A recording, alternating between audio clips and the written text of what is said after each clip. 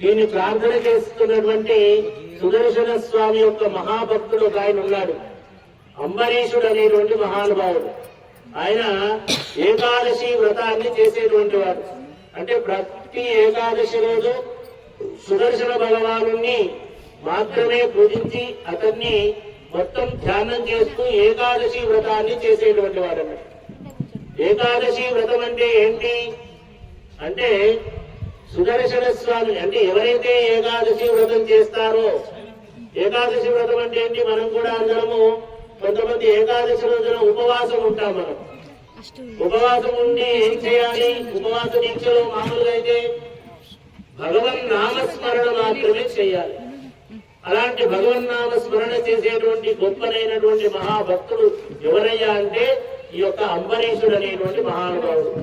అంబరీషుడు ఏకాదశి వ్రతము చేసి ఒక 24 ఏకాదశులు అంటే 2 సంవత్సరం పాటు ప్రతి నెల 2 ఏకాదశులు వస్తాయి కదా, సంవత్సరం పాటు 24 ఏకాదశులు వ్రతం చేస్తున్నాడు.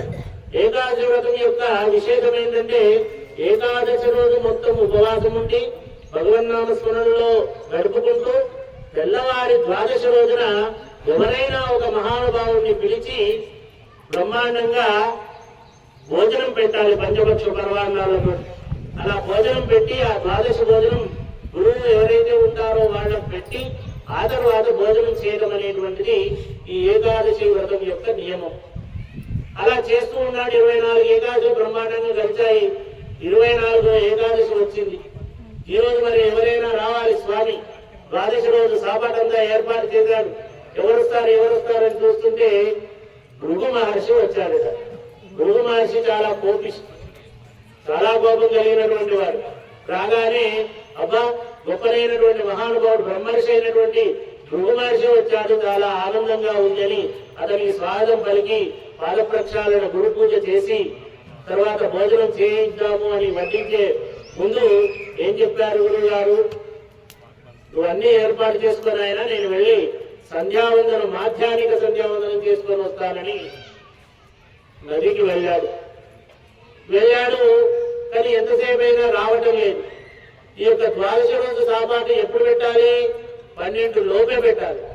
12 లోపు పెడితేనే ఆ ద్వాదశి యొక్క వ్రతానికి ఫలితం అన్నట్టు. 12 తర్వాత అపరాహ్నం అంటాం మనం. 12 తర్వాత భోజనం పెట్టేది ఏం చేస్తాము, శ్రాద్ధ కర్మలకు పెడతారు భోజనం కదా. శ్రాద్ధ కర్మ పెద్దలు ఎవరైతే ఇంట్లో ఉంటారో వాళ్ళ కోసం చేసేటువంటిది 12 తర్వాత భోజనం పెడతారు. కాబట్టి మరి ఈయన వెళ్ళాడు, పాపం రావటం లేదు. 12 దాట వస్తుంది. ఎలా మరి 24 ఏకాదశి వ్రతం భగ్నమైపోతుంది ఒక్క రోజుతోటి. ఎలా అని పాపం ఆయన సంశయిస్తున్నాడు. అంబరీషుడు అనేటువంటి మహాభావుడు చేస్తుంటే గురువులు ఉంటారు కదా, ఏం కాదు నాయన మరి ఆయన వెళ్ళాడు, మరి ఏమైందో ఏమో తెలియదు, ఇంకా రాలేదు, మరి నీ వ్రత నియమము పూర్తి కావాలంటే ఏం చేయాలి, తీర్థం తీసుకొని ఆయన ఆ వ్రతానికి దోషం ఉండదు అని చెప్పారట గురువులు. ఇలా తీర్థం తీసుకోబోతూ ఉన్నాడు. ఇంతలో భృగు మహర్షి వచ్చారు. గురువును పిలిచి గురువు కంటే ముందు మనం తీర్థం తీసుకుంటే ఎలా ఉంటుంది, కోపం వస్తుందా రాదా?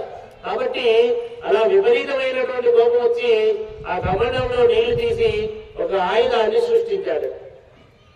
సృష్టిస్తే మరి ఏం చేయాలి, దేనికోసం ఆయుధాన్ని సృష్టించాడు, ఆ అంబరీషుని చంపేయమని సృష్టించాడు.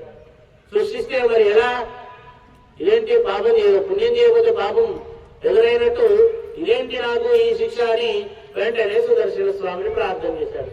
స్వామి ఇదే ఏంటి, నీవే దిక్కు, నాకు ఇంకెవరు కూడా దిక్కు లేదు, నువ్వే నన్ను కాపాడాలనగానే సుదర్శన చక్రం బయలుదేరి ఏం చేసింది, అతను సృష్టించినటువంటి ఆయుధాన్ని నిర్వీర్యం చేసి అంబరీషుని వెంబడి పడింది. అంబరీషుని వెంబడి పడితే ఏం చేయాలి మరి, సుదర్శన చక్రం ఒకసారి బయలుదేరిందంటే తన పని పూర్తి చేసుకోకుండా మళ్ళీ శ్రీకృష్ణుడు గాని శ్రీమన్నారాయణ గారు పిలిచినా మళ్ళీ వెనక్కి రాదు. ఎలా అని పాపం ఆయన పాయిమా అనుకుంటూ బ్రహ్మలోకం వెళ్ళాడు. ఏమైంది నాయన, నువ్వు మహర్షివి, నీకేం ఆపద వచ్చింది అంటే, ఇగో ఇది జరిగింది, వెనకాల సుదర్శనుడు వస్తున్నాడు అని చెప్పడానికి. అమ్మో సుదర్శనుడు పెట్టుకున్నావా నువ్వు, ఈ వెంటనే ఈ లోకం ఖాళీ చేసే, లేకుంటే నాకు ప్రమాదం, ఆయన వస్తే నేనేం చేయలేను అని అన్నాడు. అనగానే మళ్ళీ శివలోకం వెళ్ళాడు. హర మహాదేవ శంభో శంకరాన్ని ప్రార్థన చేశాడు. చేసి ఏం చెప్పాడు జరిగిన విషయం, సుదర్శనుడు వస్తున్నాడు, నువ్వు కూడా వెంటనే ఈ లోకం ఖాళీ చేయాలి. సుదర్శనుడు ఆపేటువంటి శక్తి ఇక్కడ ఎవరికీ లేదు ఈ లోకంలో అని చెప్పి మళ్ళీ పంపించేశాడు.